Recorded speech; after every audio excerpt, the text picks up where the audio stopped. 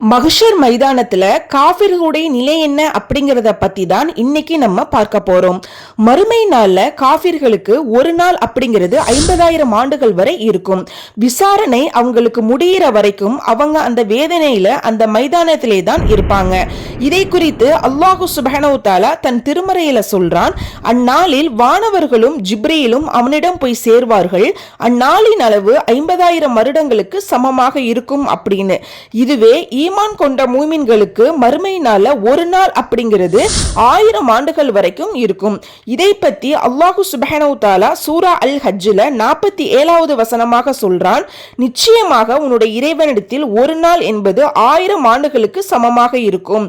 மேலும் நபி ஸல்லல்லாஹு அலைஹி வஸல்லம் அவர்களே மஹ்ஷருடைய வேதனையிலிருந்து ஒவ்வொரு நாளும் இரவும் தூங்கும் போகும் முன்பு பாதுகாப்பு தேடக்கூடியவராக இருந்திருக்காங்க.